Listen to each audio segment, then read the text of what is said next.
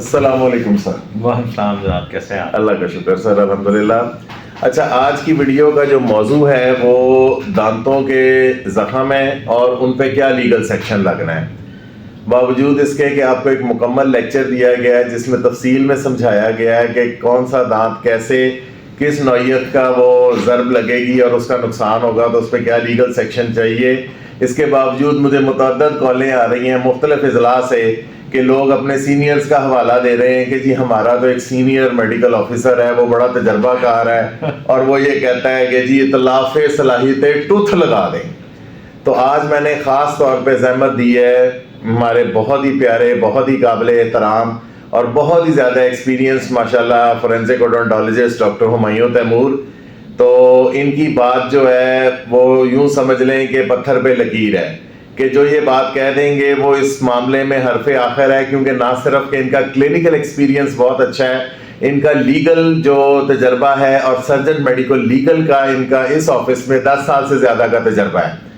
तो इसलिए आज मैंने ख़ास तौर पे इन्हें ज़हमत दी है इस वीडियो में कि ये आएँ और हमें गाइड करें इस मामले में। सर, मेरा क्वेश्चन ये है कि आपने हमें ये गाइड करना है कि अक्सर होता है कि डेंटल सर्जन ये ओपिनियन दे देते हैं कि जी ग्रेड 1 या ग्रेड 2 की मोबिलिटी है। आपने हमें मोबिलिटी के बारे में भी गाइड करना है कि कितने ग्रेड की मोबिलिटी होगी तो वो it will fall under either शज्जा खफीफा या eventually it will fall under इतलाफ सलाहियत उद। और फिर दांत के फ्रैक्चर के मतलब भी बताएं। और ये जो एक मतरूक obsolete outdated surgeon medico legal का मॉड्यूल 2009 है जो आज तक पंजाब के अजला में गर्दिश कर रहा है, उसके बारे में भी बताएं कि वो तर्क हो चुका हुआ है, वो इस वक्त काबिल इस्तेमाल और काबिल रेफरेंस नहीं है। Please sir. बहुत शुक्रिया डॉक्टर साहब। सबसे पहले आपका बड़ा मेहरबानी कि आपने जिस तरीके से मेरा तारुफ करवाया, आप मेरे सीनियर हैं सर। मैं पर्सनली ये समझता हूँ कि कुछ चीज़ें जो है ना, जो कि सबसे ज़्यादा इम्पोर्टेंट है जिसके ऊपर हमें बात करनी चाहिए, वो ये करनी चाहिए। देखिए, जब जैसे ही कोई नई डायरेक्शन आती है तो पिछली डायरेक्शन ख़त्म हो जाती है। ये एक बेसिक सा रूल है। 2009 की एक डायरेक्शन है जिसका हवाला अक्सर जगहों पे काफ़ी सीनियर लोग भी दे रहे होते हैं। उसके बाद फिर 2011 में भी डायरेक्शन आई, और उसके बाद 2015 में भी आई, और time to time office of surgeon medico legal से मुख्तलिफ डायरेक्टिव्स जो है वो जारी होते रहे। जी सर। अब जहाँ तक दांत की इंजरी की बात है, डेंटल सर्जन्स के ओपिनियन के लिए medico legal dental opinion form बनाया गया है जो कि 2015 से ऑनवर्ड जो है वो एप्लीकेबल है, और उसके बगैर कोई ओपिनियन एक्सेप्ट नहीं किया जा सकता, ना बोर्ड में ना कोर्ट ऑफ लॉ में, क्योंकि ये बाय द गवर्नमेंट ये डायरेक्शन से ये इम्प्लीमेंट हुआ है। सो दैट मीन्स के आप एक तो अपना जो ओपिनियन है वो सादे कागज पे नहीं देंगे या रिसीव नहीं करेंगे। दूसरी बात जहाँ तक आ जाती है रिगार्डिंग इंजरीज के हवाले से, तो सबसे पहली बात ये है कि जब भी मेडिकल ऑफिसर के पास कोई भी डेंटल इंजरी आती है, अगर आप उसके बारे में कुछ भी कमेंट करेंगे तो आपसे कल को कोर्ट ऑफ लॉ में सवाल किया जा सकता है कि आपने इस पे opinion as an expert in dental injuries दिया है, तो इसके एक्सप्लेन करें, जो कि आप नहीं हैं। तो इट्स बेटर कि आप जो भी डायरेक्शन की रिक्वेस्ट आपको डॉकेट में आती है तो आप डेंटल सर्जन को रेफर करें और उससे मुख्तलिफ क्वेश्चंस करके उससे जवाब निकलवाएं। आप simple refer to expert opinion जब लिख देते हैं तो आपके तमाम सवालों के आपको जवाब नहीं मिलते। तो एक्सप्लिसिट सवाल ज़रूर लिखें कि आपको इंजरी की नौइयत के बारे में पूछना है, वो नौइयत को अंग्रेजी में लिख के डेंटल सर्जन से ओपिनियन लें, और एक्सप्लिसिट ओपिनियन लाजमी लिखा करें कि अपना एक्सप्लिसिट ओपिनियन दे ताकि आपको केस फाइनल करने में आसानी हो सके। अब आ जाती है बात के दांत की जो इंजरी है वो किस कानून में फॉल होती है। ये एक इतलाफ दांत का जो एक बहुत बड़ा शोशा चल रहा है। देखिए 337 यू जिसके बारे में बहुत ज़्यादा बात की जाती है जी कि 337 यू लगा दें। देखिए 337 यू एक सज़ा की एक्सप्लेनेशन है बेसिकली। आपने इनको अक्सर पढ़ाया भी होगा, बताया भी होगा कि दांत की इंजरी उसकी डिफरेंट कैटेगराइजेशंस हैं जब तक कि डेंटल सर्जन ये डिक्लेयर ना कर दे कि दांत अपना जो प्रिस्क्राइब्ड काम है, जिसमें एक उसका काम बाइटिंग है, ग्राइंडिंग है, और दूसरा काम सेंसरी है, क्या उसमें सेंसेशन, ये दोनों चीज़ें जब एक दांत में नहीं रहेंगी, या दोनों में से कोई एक चीज़ या दोनों चीज़ें जब दांत में नहीं रहेंगी तो दांत अपना फंक्शन ख़त्म कर देगा। और फिर एक दांत का फंक्शन नहीं होगा ख़त्म, ये उसके अपोजिंग साइड के दांत का जो फंक्शन जो है वो भी खत्म हो जाएगा। सो दैट्स वाई दांत की होने वाली इंजरी अमूमन इतलाफ सलाहियत उज़्व में आती है। अच्छा, इसके अलावा इवन सवाल ही किया जाता है कि कितने % दांत टूटा हुआ हो। अब कानून के अंदर ऐसा कोई शिक या कोई दफा नहीं है जिसके अंदर दांत की लेवल ऑफ डिस्ट्रक्शन का जिक्र किया जाए। अगर दांत सामने वाला दांत है, यानी वो स्माइल लाइन आपकी बोलचाल के अंदर वो दांत नजर आता है और उसको पहुंचने वाली जख्म, दक, कुछ चिपर या उसका कोना टूट जाना किसी लड़ाई में, ये सारे के सारी चीजें बंदे की आउटलुक, उसकी फेशियल अपीयरेंस के ऊपर इफेक्ट करती हैं और ये डिसफिगरमेंट का पार्ट है। तो आप डिसफिगरमेंट अगर आपको नजर आ रही है, फेशियली देखने में नजर आ रही है, तो उसको डिसफिगर लिखने में कोई प्रॉब्लम नहीं होनी चाहिए। पुलिस वाले आके बोर्ड में प्रेशराइज करते हैं जी कि इस पे 337 यू लिखें। बेसिकली 337 यू का चलान पुलिस ने उनके जो उनके डीएसपी लीगल होता है उन्होंने बनाना होता है। वो ये चाहते हैं कि डॉक्टर से लिखवा लें, जबकि ये उसका काम डॉक्टर का नहीं है। बिल्कुल सही कह रहे हैं। इसमें तो कोई दो राय नहीं है कि दांत पे होने वाली इंजरी जो है, अगर वो इतलाफ सलाहियत उसके अंदर आएगी तो उसके अंदर उसकी सजा का तयन कोर्ट ने करना है और कोर्ट ने ही उसको आगे फर्दर लेके जाना है। हम डॉक्टर्स ने उसकी सजा का तयन नहीं करना, जो कि 337 यू एक सजा का तयन है। अब आ जाते हैं दांतों की मूवमेंट के ऊपर। देखिए, जब एक नॉर्मल इंसान का दांत हो तो उसमें एक नेचुरल मूवमेंट फाइबर्स जिन्होंने दांतों को पकड़ा होता है उसकी वजह से होती है। वो मूवमेंट जो है, वो मूवमेंट 1% यानी 1 मिलीमीटर तक की मूवमेंट या 0 to 1 मिलीमीटर की मूवमेंट जो है वो एक नॉर्मल मूवमेंट कहलाती है। जब दांत में कोई बीमारी हो जाए या कोई और उसको प्रॉब्लम हो तो 1 to more than 2 मिलीमीटर की मूवमेंट जो है वो ग्रेड 2 कहलाती है।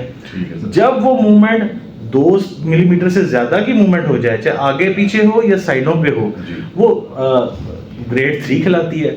और 3 से ऊपर वाली मूवमेंट जो है, जितनी भी मूवमेंट है आगे पीछे या साइडों पे, वो ग्रेड 4 की मूवमेंट कहलाती है। अब ये मूवमेंट्स जो हैं ये नेचुरल भी हो सकती हैं, ड्यू टू पैथोलॉजी भी हो सकती हैं, मसूड़ों की मुख्तलिफ बीमारियां ये कॉज करती हैं, ड्यू टू हार्मोनल इफेक्ट भी हो सकती हैं। सो इसलिए डॉक्टर को क्लिनिकली इतना साउंड होना चाहिए एक डेंटल सर्जन को, ताकि वो उसको आइडेंटिफाई करके मेडिकल अफसर को बता सके कि इस वजह से मूवमेंट है। बिल्कुल ठीक है। बाकी मुंह के ऊपर या मुंह के अंदर लगने वाली चोटों का आपस में कॉरेस्पॉन्ड करना बहुत सारी सूरत हाल में type of and kind of weapon के लिए बड़ा जरूरी है कि वो जिस टाइप काइंड का वेपन है उसके मुताबिक वो रिप्रेजेंट करेगा इंजरी को। लेकिन मुख्तलिफ लड़ाइयों में, हाथापाइयों में लाजमी नहीं है कि आपस में इंटरेक्शन भी हो सके। मुख्तलिफ कंडीशन में मुंह की, दांतों की कंडीशन डिफरेंट होते हैं। कई दफा चोट नीचे लगती है लेकिन दांत आपस में बज के टूट जाते हैं। सो इसलिए आपको जो आपकी हिस्ट्री है, ये मेडिकल ऑफिसर्स को मैं कह रहा हूँ कि आपकी हिस्ट्री टेकिंग इतनी अच्छी ऐसे केस में होनी चाहिए ताकि डेंटल सर्जन की ओपिनियन को आप अपने फाइनल ओपिनियन से कोरिलेट कर सकें। जी जनाब। जी सर, वेरी इंटरेस्टिंग एक्सप्लेनेशन। मेरे भी नॉलेज में इजाफा हुआ कि ये ना सिर्फ के पैथोलॉजिकली बल्कि वो जो है ट्रोमेटिकली, बल्कि फिजियोलॉजिकल, जैसे आपने बताया कि हार्मोनल डिस्टर्बेंस से भी हो जाता है, तो दैट इज प्योर फिजियोलॉजी। अब यहाँ पे अगेन हिस्ट्री मोस्ट इंपॉर्टेंट है और ये सर ने बहुत ही अच्छी एग्जांपल दी है। लाइक फॉर एग्जांपल, मुझे यहाँ पे कोई पंच करता है या नीचे से कोई मुझे यहाँ सर मारता है और मेरा जॉ, अपर जॉ, लोअर जॉ से यूं टकराता है, तो उसका भी जो डैमेज होगा वो रिजल्टेंटली ड्यू टू ट्रॉमा है। अब ये हिस्ट्री इंपॉर्टेंट है कि आपने हिस्ट्री ली है और आपने उसको कैसे। अच्छा sir, once and for all clear कर दे सबको कि इतलाफे दांत या इतलाफे सलाहियत टूथ कोई लीगल टर्म नहीं है। देखिए, किसी अगर आप सीआरपीसी खोलें या आप कसास एंड दियत लॉ को खोलें, उसमें क्लियर कट लिखा हुआ है कि किसी भी दांत को जो हर्ट है वो इतलाफ सलाहियत उज़्व में आएगा, ना कि इतलाफ दांत जो है या इतलाफ टूथ जो है वो उस एक्सप्लेनेशन में लिखा हुआ है 337 यू की। वो एक जुमले में ऐसा पूरा लफ्ज़ पूरे कसास एंड दियत लॉ में नहीं है सिवाय उसकी एक्सप्लेनेशन के। इसके लिए एक हाई कोर्ट के केस का मैं हवाला दूंगा जिसमें चोट लगने के बाद इतलाफ सलाहियत उज़्व हुआ।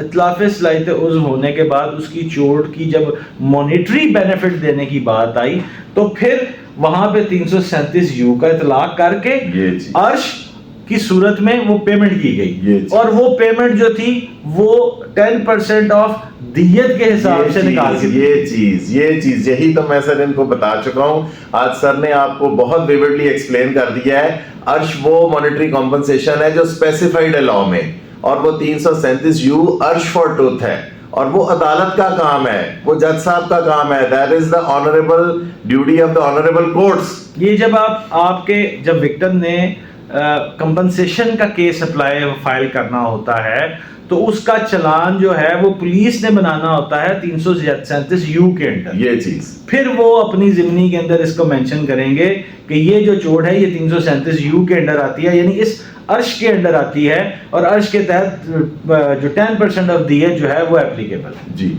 और यहाँ पे मैं एक छोटी सी एग्जांपल देना चाहूंगा, पर्सनल एग्जांपल, कि मेरे बाइट करते हुए चावलों में एक हल्का सा कंकर आ गया था और वो जब मैंने बाइट किया है तो मेरे दांत में क्रैक आ गया। वो डॉक्टर हुमायूं से ही मैंने चेक करवाया और उन्होंने देखा, उन्होंने क्रैक भी देखा, फिर उसमें जो प्रॉब्लम्स थी वो भी उन्होंने देखी। इवेंचुअली वो क्रैक एक्सपैंड करके फ्रैक्चर हो गया, तो वो फिर मुझे टूथ एक्सट्रैक्ट करवाना पड़ा।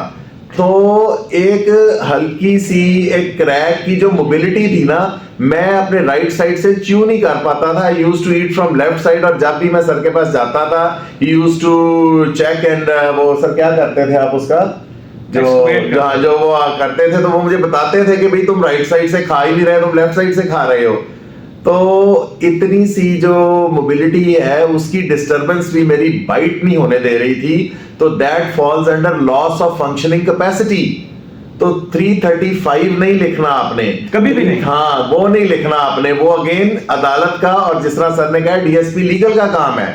आप उस पे इतलाफे सलाहियत उद्व लिखेंगे, डीएसपी लीगल उसको 335 लिखेगा, चलान पेश करेगा अदालत में और फिर 336 के मुताबिक अदालत उस पर सजा देगी और 337U के तहत उसका अर्श डिटरमिन होगा जो कि ऑलरेडी स्पेसिफाइड है, जिसमें 10% ऑफ द दियत है। सर मैं भी एक और चीज ऐड कर दूं, दांतों के केसेस में जब भी आपको जो इशू महसूस होता है कि आप इसके अंदर क्लियर कट नहीं इनको समझ आ रही होती कि पॉसिबिलिटी ऑफ फैब्रिकेशन येस और नो इनको समझ नहीं, तो जनाब जब आप डेंटल सर्जन से ओपिनियन सॉर्ट कर रहे हैं तो उससे जब आप रेफर करते हैं तो उस रेफरल में ये लिखा करें 2-3 सवाल, ताकि वो क्लियर कट एक्सप्लिसिट आपको अपने ओपिनियन में ओपिनियन लिख के दे, ताकि आप उसको अपने जो एमएलसी फॉर्म में आप उसको दोबारा से लिख सकें। बिकॉज कल को रिस्पॉन्सिबिलिटी डेंटल सर्जन की है डेंटल इंजरीज में, क्योंकि अल्टीमेटली डेंटल इंजरीज में एमओ को जब पहली डेट पे बुलाया जाता है तो वो क्लियर कट कह देते हैं कि डेंटल सर्जन ने किया हुआ है,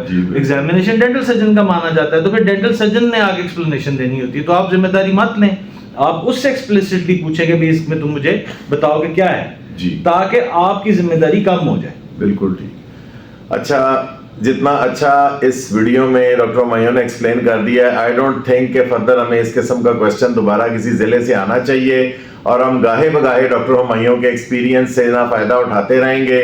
तो इंशाल्लाह ताला इनके साथ हम वीडियोस और इनके एक्सपीरियंस शेयर करते रहेंगे। सो नाइस ऑफ यू, बहुत शुक्रिया, थैंक यू।